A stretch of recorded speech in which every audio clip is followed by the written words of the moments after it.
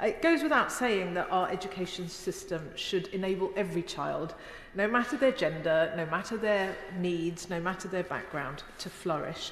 But as we've heard all too clearly already, for too long cohorts of boys have failed to thrive in our education system in the way they should, with a widening attainment gap between boys and girls, particularly amongst white working class boys. Now, we've heard these statistics already, and I know many of them come from the excellent report by the Centre for Social Justice, but I think they bear repetition, Madam Deputy Speaker, because they are so shocking, that where 75% of girls are school ready, only 60% of boys are school ready. In GCSE exams, boys on average achieve half a grade lower than girls across every subject, and at A-level, girls outperform boys by an average of over a grade and a half across their best 3 subjects. Too many boys, quite clearly, are failing to reach their potential at school, and this is having severe and long-lasting consequences for our society and for our economy. Now, since the since the pandemic alone, the number of young men aged 16 to 24, as we've heard, who are not in education, employment or training, has increased by a staggering 40%. And according to the Higher Education Policy Institute, men with no qualifications are nearly twice as likely to be unemployed as women with no qualifications. And if they are employed, they are more likely to work in hazardous, menial or stagnant roles. This makes men less likely to look after their mental and physical health, leading to higher substance abuse, smoking and alcohol consumption, lower life expectancy, much higher rates of imprisonment and death by suicide. So it's hardly surprising, Madam Deputy Speaker, that so many boys are feeling hopeless. 41% of teenagers report they've been taught that young men are a problem for society. Tim Page, Service Coordinator at Catch 22, has said there is no trust or hope in the future. A young man from a disadvantaged background has no clear path towards making a future for themselves. The only options for hundreds of boys and young men I have worked with are crime or benefits. I think that should all make us stop and reflect. Education is obviously vital in tackling this tragic and disturbing trend, not just to achieve good grades and a decent salary, but to inspire our children so that they can grow up to do good and important things as part of a thriving community and society.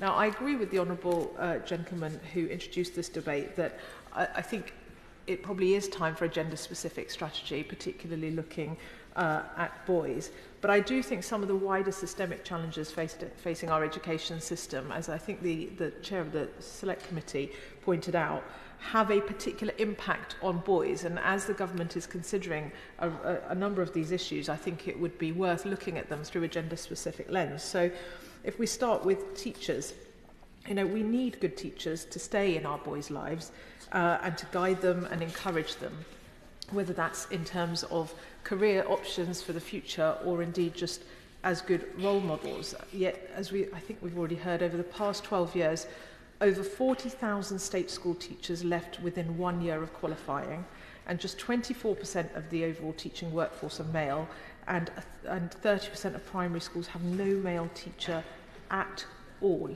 And I think I was thinking about this last night, actually. Both my children at primary school, one of them's about to leave in the next few weeks.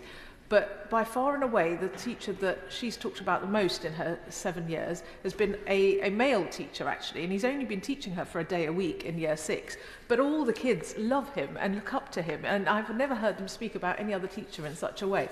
And it's just wonderful to see, it is largely a female-dominated school. And it's wonderful to see such affection and for a male teacher and such a role model for all of the children, both girls and boys. Now, many attribute this shortage of teachers, both male and female, to the conditions teachers face and a lack of career progression. But I do believe the presence of more male teachers would normalise learning as a suitable activity for men and boys, and may especially help children who don't have positive male role models at home. However, as the Minister on the front bench knows, schools are facing the impossible task of trying to find more money in their already squeezed budgets to cover underfunded national insurance increases and teacher pay rises. And so, whilst the government has promised to recruit 6,500 more teachers, I've yet to see how they will actually be able to achieve this. Now, turning to mental health, some of the hopelessness that many boys are experiencing also stems from inadequate mental health support. And we know that boys are twice as likely to be excluded from school than girls, and sadly exclusions and criminal activity are too often intimately related. Those who are excluded multiple times from school are more likely to have a younger age of first conviction. But mental health researchers have noted that boys in emotional mental distress tend to use coping strategies that externalise into violence and destruction, whilst girls are more likely to internalise into self-harm and depression. Now, we on the Liberal Democrat benches have long called for a dedicated, qualified mental health practitioner to be placed in every primary and secondary school to help tackle mental health and behavioural concerns early.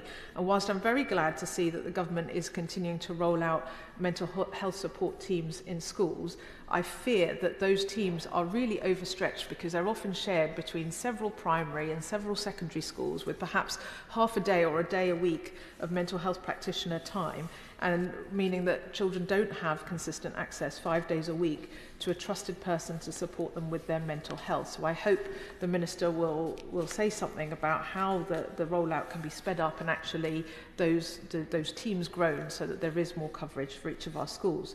Now, of course, there is a big overlap between both mental health provision and special educational needs and disability provision. Boys make up over 60% of those receiving special educational needs support and over 70% of those on education, health and care plans. Those receiving SEND support are more than twice as likely to be excluded as the average boy and over 5 times more likely to be excluded than the average girl. Too many children are being forced out of school due to failure to provide the required support for them to learn, and I've heard time and time again from parents and kinship carers who feel that they've been let down by the SEND system in this country and that they are having to try and educate their children with no support. It has very much driven up the number of children being homeschooled. So I hope the Minister will use the opportunity today to assure parents and carers of children with SEND across the country that their rights will not be rolled back when they look to reform our broken SEND system. Families must be at the heart of these changes so that all children can access the support they deserve, and I urge the Minister to look at the 5 principles for SEND reform that the Liberal Democrats published yesterday.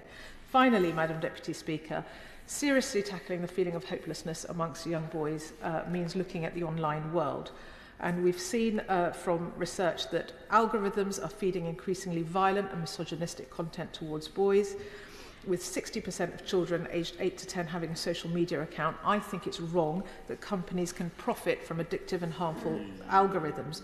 We need to start taking a public health approach to online safety with tighter regulation of the tech giants, empowering and educating both young people but also the adults who care for them about the online world. And crucially, we need to provide alternative spaces and activities for young people to go to so that they're not always glued to a screen when they have spare time. And here on the Liberal Democrat benches, we want to see the digital age of consent raised to end addictive algorithms and stop companies trading on our children's attention. And I very much hope this government will not kowtow to Donald Trump and remove the digital services tax, but instead treble it so that the money can be used to be invested in improving our children's well-being and mental health.